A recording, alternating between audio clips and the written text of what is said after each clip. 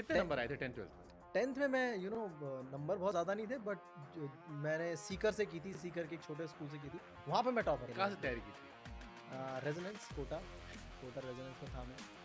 मतलब और कोटा फैक्ट्री के प्रोडक्ट आप भी है? हाँ बिल्कुल, प्रॉपर फैक्ट्री प्रोडक्ट। बीटेक किस साल किया था आपने? मैं 2008 में एंटर किया था आईआईटी खड़गपुर, और Okay. 2012 में मैंने ग्रेजुएट किया है। तो क्या क्या लगा आपको, क्यों छोड़ दिया आपने? मैं छोड़ा नहीं, मैं पढ़ाई करके आया। मतलब पढ़ाई करने के बाद क्यों छोड़ा? नौकरी लग गई तो हमने सुना कि आप थोड़े क्रांतिकारी थे कॉलेज से लेकर जॉब तक में। नहीं, मैं बिल्कुल भी क्रांतिकारी नहीं था, मैं बहुत ही ऐसा डरा सहमा सा स्टूडेंट रहा हूँ। लेकिन नौकरी तो कांड करके छोड़ी थी ना? हाँ, नौकरी के टाइम पे हाँ, मैंने क्रांति थोड़ी दिखाई थी। जैसे सचिव जी अभी आखिर में आ गए थे। हाँ एग्जैक्टली। तो मैं जापानीज कंपनी में काम कर रहा था, और मुझे नहीं, वहां तो बाद में जाएंगे। बीटेक, आप बीटेक में चले गए। हाँ। अब बीटेक में गए तो उस टाइम पे पढ़ाकू लड़के थे? हाँ, बीटेक से पहले मतलब कितने नंबर आए थे 10th 12th में? 10th में मैं नंबर बहुत ज़्यादा नहीं थे, बट मैंने सीकर से की थी, सीकर के एक छोटे स्कूल से की थी, वहाँ पे मैं टॉपर था। जाता था वहाँ पे, मोदी कॉलेज है, मेरी बहुत सारी दोस्त वहाँ रहती थी। हाँ हाँ, मोदी कॉलेज। और एक मोदी हाँ, वहाँ दो ही कॉलेज, एक हाँ, मोदी, एक बनस्ली, एक टोंक में हाँ, पड़ता है, एक हाँ। सीकर जो वहाँ पड़ता है हनुमानगढ़ के पास। मोदी स्कूल भी है ना वहाँ पे? मैं यूनिवर्सिटी में जाया करता था। हाँ ओके। हाँ, तो सीकर से मैंने 10th की है, हम्म। तो बहुत ज़्यादा नंबर नहीं थे, बट वहाँ के हिसाब से मैं टॉपर था। फाइनल जो मार्क्स आए थे मेरे बोर्ड्स में, कितने थे 84.5 10th में? 10th और 12th में? 12th में 74। 74%। 74। फिर भी आईटी निकल गया।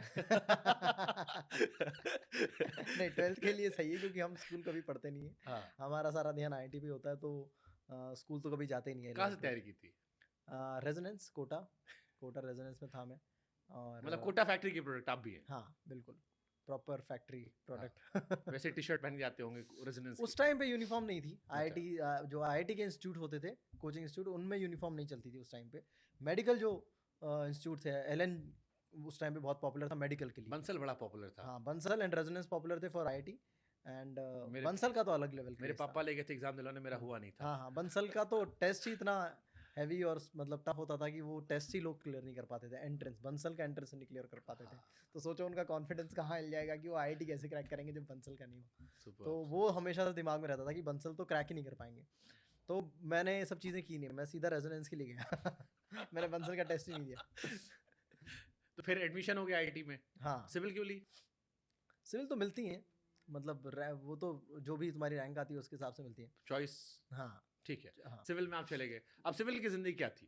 क्योंकि सिविल वालों की भी एक अलग दुनिया होती है। जैसे मेरा मानना है कि बीटेक में भी दो तरह की बिरादरियां होती है। हाँ। एक जिनकी लाइफ बड़ी हैपनिंग होती है, वो होते हैं सीएस CS वाले, आईटी वाले, हाँ, इलेक्ट्रिक वाले। इलेक्ट्रॉनिक्स वाले। और एक होती है गरीब शोषित वंचित समाज, जो मैकेनिकल और सिविल वाले होते हैं, जो Correct. दूर से बैठ के निहारते हैं कि हाँ यार, सारी रौनक तो उस तरफ है। करेक्ट। तो हाँ, वैसा ही हाल था। ऑल्दो जैसे मैं आईआईटी में गया तो वहाँ पे of course I think CS और इलेक्ट्रॉनिक्स, ये दो डिपार्टमेंट थे जो बहुत ही ग्लोरीफाइड और बहुत ही फ्लैम्बॉयंट, मतलब आसान शब्दों में जहाँ लड़कियां ज्यादा होती हैं। हाँ, जो वो वैसे डिपार्टमेंट थे। हाँ। तो उसके अलावा मुझे लगता है कि एंड ऑफ कोर्स समहाउ वहाँ पे आर्किटेक्चर डिपार्टमेंट है खड़गपुर में। तो ये तीन डिपार्टमेंट थे जो बहुत ही अलग से थे, फ्लैम्बॉयंस होता था उनमें, और एक जॉब्स वगैरह अच्छी लगती थी। तो बाकी डिपार्टमेंट सब सेम होते थे, एंड उनके लिए ज़्यादा मैटर करता था कि वो कितना एक्स्ट्रा करिकुलर एक्टिविटीज़ में इन्वॉल्व है, ताकि हमारी भी बातचीत शुरू हो जाए। हमारी बातचीत शुरू हो, हम भी कुछ पॉपुलर हो, हमें भी कुछ करने को मिले, फेसबुक पे थोड़ी रिक्वेस्ट आनी शुरू हो जाए। करेक्ट। तो वो लोग इन चीज़ों में ज़्यादा ध्यान देने लग जाते हैं। फिर बाकी लोगों के लिए डिपार्टमेंट्स उतना ऊपर नीचे नहीं रहता।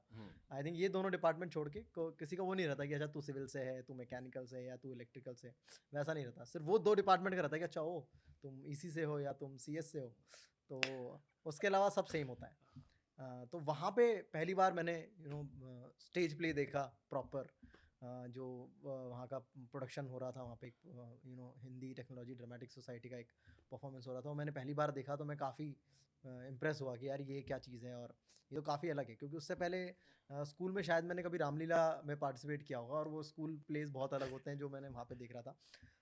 तो वो मुझे लगा कि हाँ ये कौन सी सोसाइटी है, इसमें मुझे जाना है, मतलब इसके लिए इसमें इन चीज़ों में मुझे पार्टिसिपेट करना है।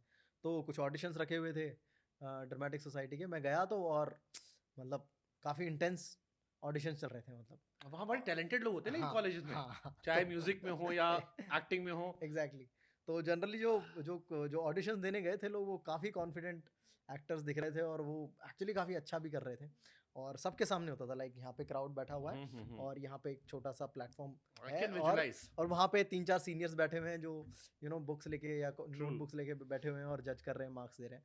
और यहाँ पे सबको एक स्क्रिप्ट दी जाती थी, वो लोग आके परफॉर्म कर रहे होते थे। तो उसी क्राउड में बैठे बैठे मेरा था कि यहाँ से चलते हैं, यहाँ नहीं होने नहीं वाला, होने वाला, हाँ। यहाँ नहीं होने वाला।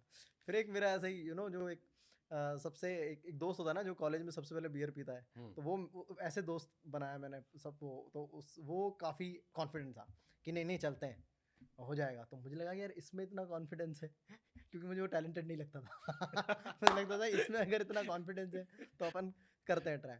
तो उसने भी किया और उसने भी बहुत अच्छा किया। तो मुझे लगा कि यार इसने यार कमाल है यार, ये तो एक्टर है यार, ये तो एकदम ही 2-3 बच्चे बचे हुए थे। तब वैसा हो गया कि मैं भाग भी नहीं पाया क्योंकि ऑफ कोर्स बहुत ज़्यादा क्राउड होती तो मैं कहीं कट लेता पानी पीने के बहाने। या तो 2-3 लोग ही बचे थे, बाकी सबके ऑडिशन हो गए थे। एंड तब मुझे लगा कि अब शायद लोग भी कम है तो अब ऑडिशन दे देता हूँ। तो वो ऑडिशन दिया एंड अगले दिन कुछ 30-32 लोगों की लिस्ट आई तो उसमें नाम था। तो मैं खुश हो गया कि चलो यार कहीं कहीं मेरे को एग्जैक्टली अपनी कहानी याद है। मैं गया था लिटरेरी क्लब के ऑडिशन देने, सेम कहानी थी। मैं गया, डर के लोग नीचे से गाना गाते ऊपर जा रहे थे एंड आई वाज लाइक ये क्या है, ना हम अंग्रेजी में ना हम हिंदी में, और यहाँ लोग गाते हुए जा रहे हैं, कॉन्फिडेंस ये इंतहा है। मैं भाग आया, मैंने अपनी फ्रेंड को कॉल किया, मैंने अगले साल, एंड शी वाज लाइक कि अगले साल इससे भी टैलेंटेड आए तो, एंड उसने डांट डपट के भेजा मुझे। मैं गया, मुझे सिर्फ इतना सिखाया गया था सामने वाले 3 लोग जो बैठे होंगे वो अगर हंस देंगे सिलेक्शन हो जाएगा, and I got it. But वहां तो ये आपको भी लगा कि यार भीड़ के सामने आओ तो लोग नोटिस अलग करते हैं? बिकॉज मेरे को कॉलेज में फील हुआ था कि जिस कॉलेज में लोग जानते नहीं थे, जब आप भीड़ के सामने परफॉर्म करना शुरू करते हो तो सडनली आपकी फेसबुक पे रिक्वेस्ट ज्यादा बढ़ने लगती है। आई थिंक वो कॉलेज में पॉपुलैरिटी बढ़ जाती है अगर हाँ। तुम प्लेस करते हो या म्यूजिक का लड़कों में भी पार्ट इज्जत बढ़ जाती है। हाँ समहाउ वो पता नहीं। और खासकर जो ये प्ले वाली जनता होती है ना, तो इनमें मुझे लगता है कि सीनियर्स को भी बहुत ऐसा एंटरटेनर्स मिल जाते हैं। बाकी जनता तो चलो मुझे लगता है कि म्यूजिक बहुत ऐसा लगता है कि सीरियस आर्ट है, ठीक है। और क्योंकि कंपटीशन बहुत सारे होते हैं तो उनकी वैल्यू ज़्यादा होती है, म्यूजिक में पॉइंट ज़्यादा होते हैं एंड जो प्लेज वाला होता है उसमें बहुत सारी चीज़ें होती हैं। तो प्ले एक छोटा सा पार्ट होता है, तो उसमें अगर जीत भी जाते हैं तो बाकी चीज़ों में अगर जीतते हैं तो ज़्यादा मार्क्स मिलते हैं, कुछ वैसा फंडा होता है। तो एक्टर्स को सिर्फ ऐसे ट्रीट किया जाता है कि हाँ एंटरटेनर हो। अगर तुम हो सीनियर्स में, अगर जब जब सीनियर जूनियर का इंटरेक्शन होता है तो उस टाइम पे वैसा लगता है कि हाँ तुम एक्टर हो तो तुम कुछ करके दिखाओ, फनी करके दिखाओ या उसकी एक्टिंग करके दिखाओ या उसकी मिमिक्री करके दिखाओ। तो उतना ही यूज़ होता है। बाकी जो भी आर्ट है उनको बहुत सीरियसली लिया जाता है, या तो लिटरेचर हो गया या फाइन आर्ट्स हो गया या फिर म्यूज़िक हो गया, तो इनको बहुत सीरियसली और बहुत बहुत क्या बोलते हैं, मुझे वर्ड समझ में नहीं आ रहा, बहुत संभाल के रखा जाता है उन लोगों को। सेंटिलेशंस बड़ा अपील करता था मुझे। वो जो शर्ट उतार कर वॉक करते थे, कभी मन किया कि यार ऐसे अभी वॉक करें? मेरे को बड़ा मन करता था कि यार ऐसे ऐसे मुझे सीटियां बजती थी, लड़कियां सीटी मारती थी। करेक्ट, देखा है सब कॉलेज में? हाँ ये कॉलेज में होता था कि साथ में तुम्हारी दोस्त खड़ी लेकिन वो सामने वाले सीटी मार रही है। फिर नंबर खराब हुए इससे चलते, क्योंकि डिस्ट्रैक्ट तो होते हैं हम, आधा टाइम इधर फोकस कर देते हैं। हालांकि एक रात पढ़ के पास हो जाते हैं। बहुत ही मेजरली डिस्ट्रैक्टेड हुआ मैं, मतलब ऐसा। कितना नंबर गिरा? मेरे 4 सब्जेक्ट लिखने वाले होते थे, 3 सब्जेक्ट में फेल हुआ था मैं फर्स्ट सेमेस्टर। तो लाइफ में पहली बार फेल हुआ मैं पढ़ाई में, क्योंकि उससे पहले तक तो ऐसा रहा है कि हाँ मतलब सारी चीज़ें सही रही हैं, टॉपर भी था स्कूल तक, ठीक है। फिर 11th-12th में ऑफ कोर्स IIT की तैयारी की तो चीज़ें समझ में आ रही थी, लग रहा था कि शायद लक अच्छा रहा तो सिलेक्शन हो जाएगा। घर वालों को लगा लड़का गया IIT में नाम रोशन करेगा। पहले सेमेस्टर में 3 में लग गए। तो आई थिंक काफ़ी शॉकिंग था मेरे लिए पर्सनली कि यार अभी मैं कैसे बताऊंगा। घर में बताया था? हाँ फिर घर में बताया था। एक्चुअली घर वाले, क्योंकि घर में सब इंजीनियर्स हैं, तो पापा भी इंजीनियर हैं तो और भाई फिर समझते हैं उसको। तो जैसे ही मैंने बोला कि मैं बहुत डरा हुआ था कि पता नहीं क्या रिएक्शन आएगा, but it was very chill कि ठीक है होता है। बट आई थिंक बैक लगती है। हाँ IIT खड़गपुर में एक अच्छा सिस्टम ये था कि बैक नहीं लगती। बेसिकली एक और चांस मिलता है जब आपका पूरा साल निकल जाता है, तो 2 महीने का जो समर वाला सिस्टम होता है उसमें आप एग्जाम दे दो। हाँ उसमें 2 महीने आपकी रुकना पड़ता है, 2 महीने उसमें आपकी क्लासेस होंगी, क्रैश कोर्स टाइप कुछ होता है, और उसी में फिर एंड में तुम्हें एग्जाम देना पड़ेगा, और अगर वो क्लियर हो गया तो बैक नहीं लगी। और वो कहीं भी आपका मेंशन नहीं करते। हाँ डेटा में अच्छा सिस्टम है, खाली पैसे भरने पड़ते हैं आपको एग्जाम के। हाँ इतना सही है। तो ये फर्स्ट ईयर में होता है। हाँ, फिर सेकंड ईयर में आपको वो 2 महीने भी नहीं रुकना पड़ता, आपको सिर्फ एग्ज़ाम देने के लिए आना पड़ता है सप्लीमेंट्री। आप घर बैठ के तैयारी कर सकते हो और आप एग्ज़ाम देने आओ। तो थ्रू आउट मैंने इस चीज़ का बहुत फ़ायदा उठाया। डिपार्ट हुए कभी? नहीं, अटेंडेंस पूरी थी? बच गया। नहीं होती थी, हम कुछ ना कुछ रीज़न्स दे देते थे, होते थे जुगाड़। कितनी अटेंडेंस हुई थी? क्योंकि हमारे यहाँ तो बड़ा लास्ट में 75 मतलब 75 ओह! 75% अटेंडेंस यार चाहिए। बहुत स्ट्रिक्ट था यार तुम्हारा। हमारे यहाँ आईआईटी नहीं, खड़गपुर। मेरा क्लियर था, मैं अपना जुगाड़ लगा देता था। अच्छा। I was head of my college, तो मैं इधर-उधर से करके, ओह! बट साथ में चले चपाटे हर बार डिपार्ट। यार हमारे यहाँ वैसे जुगाड़ नहीं लग पाते थे कि प्रॉक्सी हो गई। हम्म। प्रॉक्सी बिल्कुल चांस ही नहीं है कि मार दोगे। हमने तो खूब मारी। हमारे यहाँ कुछ-कुछ ऐसे सिस्टम कर सबके अलग-अलग सिस्टम थे। तो एक टीचर चार्ट बना के लाता था, उसने चार्ट बना के लाता था और उसने सीट नंबर दे दिया था, सीट 1 पे ये, और उनकी शक्ल याद कर ली थी। ठीक है? तो ऐसा ही कुछ 20 लोग थे उस वाले सब्जेक्ट के लिए। तो वो चार्ट लाता था और सब पूरा 15 मिनट सिर्फ वो यही करता था। 15 मिनट बैठा वो पहला नंबर पे देखता था, फिर दूसरे नंबर पे देखता था, फिर तीसरे नंबर पे देखता था। वैसे अटेंडेंस आपने लेता था। टीचर पटाए नहीं किसी से? हाँ, हाँ, हमने पटा लिए थे। नहीं मुझे लगता है कि हाँ ये वाले जुगाड़ नहीं होते, पर दूसरे तरीके के जुगाड़ होते हैं। जैसे मेरा कंप्यूटर साइंस का पेपर था, हम्म, तो मैं एक दिन पहले गया सर के पास, मैंने कहा सर देखो कल फेल हो रहा हूँ। हम्म, आपने कुछ नहीं आती, प्रोग्रामिंग आती नहीं है, हम्म, अब बताओ क्या करें। थोड़ी देर उनको मैंने भावुक किया, बाद में उनसे मैंने पूछा, अच्छा, मैंने कहा 3 बता दो। मैं रट लूंगा, एक आ गई तो कर दूंगा। एंड ट्रस्ट मी, उन्होंने मेरे को 3-4 ऑप्शन दिए कि इनमें आ सकता है। मैंने वही 3 रटी, पेपर में देखा, सुकून मिला, मैंने टाइप किया, जैसे पासिंग नंबर हो मैंने कहा थैंक यू। नहीं सर, मैं तो इस सबसे क्योंकि मैं घर में छुट्टी पढ़ के पास नहीं हो पाता, मैं क्योंकि प्रोग्रामिंग चाहिए नहीं कर होता है। पाता। हाँ, हाँ, प्रोग्रामिंग तो नहीं हो पाता। तो मैं इसमें फेल हुआ और बहुत डरा हुआ था। उसमें कुछ पता नहीं, कुछ एक रीज़न रहा और प्रॉफ ने बोला कि मैं किसी को फेल नहीं करूँगा। जब वो सप्लीमेंट्री दे रहा था, समर्स वाला दे रहा था, तो उसने उनको कुछ हुआ उस मतलब एग्ज़ाम वाली नाइट कि आप सिर्फ पेपर अटेंड करने आओ, मैं किसी को फेल नहीं बट करूँगा। दैट्स ट्रू, हम्म। आप पहली बार एग्जाम देते हो वहां फेल कर देते हैं, हाँ, जो आप ये समर समर वाला वाला देते देते हो वहाँ पे नहीं फेल उसमें किया। पास कर तो देते मैंने बोला मैंने उसका खूब फ़ायदा उठाया। कि वहाँ पे थोड़ा-सा ईज़ी भी पेपर आता है और थोड़ा वैसा हिंट मिल जाता है कि पिछले 10 साल के पेपर देख लो, हैं। नकल उसमें से ही कुछ आना है। समर वाले में हमारे यहाँ थोड़ा बहुत हो जाता था, नहीं, नकल तो मतलब हमारा सीटिंग अरेंजमेंट ऐसे ऊपर ऊपर ऊपर ऊपर था। हाँ, तो सेम। अगर, हाँ, अगर आप ऊपर बैठे हो तो और आपने सामने वाले से कहा कि थोड़ी सी शीट थोड़ा इधर करके लिखा कर, तो उसकी शीट बिल्कुल इसकी, मतलब आपका चश्मा अच्छा होना चाहिए, हाँ, वर्ड टू वर्ड ऐसे हमने छापा है। चेन बनती थी। चेन बनती थी, बट उसमें बहुत फ़नी होता था। उसमें बहुत फ़नी होता था कि एक बच्चा, एक मेरा दोस्त सबसे ज़्यादा पढ़ता था, वो हाँ। लोगों को भी पढ़ाता था। तो वो मेरे आगे बैठता था, फिर मैं बैठता था, फिर एक और बैठता था जो डिसेंट था। वो थोड़ा बहुत पढ़ लेता था, मैं बिल्कुल नहीं पढ़ता था। तो ऐसे 3 लोगों की चेन बनती थी। तो उसका था कि उस पीछे वाले का था कि आगे वाले का पूरा छाप दे और बता दे। तो मार्क्स जब आते थे तो उसके आते थे, मान लो 50 में से आए उसके 42, मेरे आएँगे 22 जस्ट पासिंग मार्क्स। इसके आते थे 45।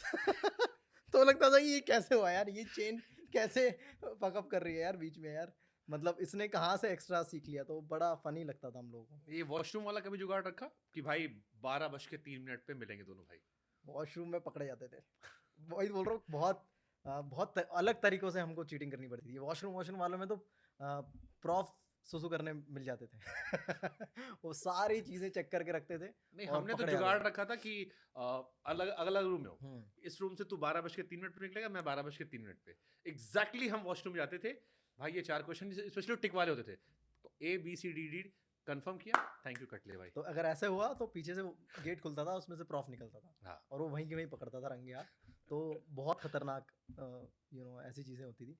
बट आई थिंक ये चेन वाला चल जाता था, क्योंकि इसमें तो तुम्हारे आंखों पे ही है, इसमें तो कोई कुछ नहीं कर सकता। तुम्हें सीटिंग अरेंजमेंट मिला है, तुम आगे से बस देख लो। और कोई लड़का था ग्रुप में जैसे सिर्फ पढ़ने के लिए रखा था कि पढ़ाओगे हमें?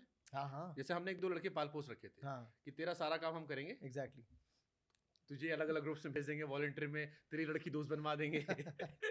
बट तेरा सिर्फ एक काम है, तुझे साल भर क्लास अटेंड करनी है, पढ़ना है, और एग्जाम की एक रात पहले बैठ के मैं पढ़ाना है। हाँ, वैसा होता था एक। वो पढ़ाता भी था और वो आई थिंक क्लास में ऐसे नकल भी करवाता था। तो उसको बहुत ऐसे, उसको चच्चा भी बुलाते थे। तो बहुत बहुत इंटेलिजेंट था वो। Again I am asking you, मुझसे कई बार लोग पूछते हैं कि बीटेक छोड़कर क्या मिला। मैं आपसे पूछता हूँ, बीटेक जो लाइफ आपकी थी, क्या उसका फायदा आज आपकी लाइफ में है? नहीं, मुझे लगता है कि आईआईटी में जो जो एक पूरा लाइफस्टाइल था, वो मुझे लगता है कि जो आईआईटी से निकल के जो लाइफ होने वाला है उसका एक मिनिएचर था। कि हाँ मतलब कुछ ऑफ कोर्स वहाँ पे उतने रिस्क नहीं है, अगर तुम फेल भी हो जाओगे तो तुम्हें एक दोबारा चांस मिल जाएगा। ऑफ कोर्स लाइफ एक अलग अलग एक्सपीरियंस कराने वाली है तुम्हें आगे, बट आई फील कि वो कहीं ना कहीं इसी का मिनिएचर था कि वहाँ पे जिस तरह की आपको प्रॉब्लम फेस करनी पड़ रही है उसी का एक बड़ा वर्जन तुम्हें रियल लाइफ में फेस करने को मिलेगा। तो काफ़ी सीखने को मिला है जैसे मुझे लगता है कि बीटेक करने वाला लड़का पैनिक नहीं करता, क्योंकि आप रात को कई बार 12 बजे आप पता करते हो कि पेपर कौन सा है। बीटेक करने वाले लड़के को एग्जाम से डर नहीं लगता, बिकॉज आप साल भर एग्जाम देते रहते हो, थ्रू आउट एग्जाम देते रहते हो। बीटेक करने वाला लड़का 9 घंटे की शिफ्ट नहीं देखता, आप उससे 14 घंटे 15 घंटे काम करो, क्योंकि वो मजदूर हो जाता है वहां पे। दिन भर बैठ के वो क्लास अटेंड करता है, शाम को लैब अटेंड करता है, रात को आके फाइल बनाता रहता है। Correct. So do you believe कि ये जो 3-4 चीज, लेबोरियस होना या पैनिक ना होना या हार्ड वर्किंग होना, ये जब आप किसी भी और फील्ड में जाते हो XYZ, तो वहां पर भी इसका आपको फायदा मिलता है? हाँ मुझे लगता है कि वो जो इंटेंस काम करने की जो क्षमता होती है वो थोड़ी सी ज़्यादा हो जाती है, बिकॉज वहाँ पे वो वैसे ही काम करते हैं, वो पूरे टाइम नहीं पढ़ते हैं और एक दिन में पूरा सिलेबस कहीं ना कहीं से करके कंप्लीट कर लेते हैं। मतलब अगर मैं तो खैर काफ़ी पीछे था पढ़ाई में, बट जो पढ़ने वाले लोग भी होते थे वो भी जनरली चली मारते थे, बट वो लाइक लास्ट 1-2 दिन बहुत करके पूरा सिलेबस जो 3 महीने का 4 महीने का सिलेबस है वो एक दिन में कंप्लीट करके और अच्छे मार्क्स ले आते थे। क्या फर्क पड़ता है, नौकरी सबकी वही लगती है। एग्जैक्टली।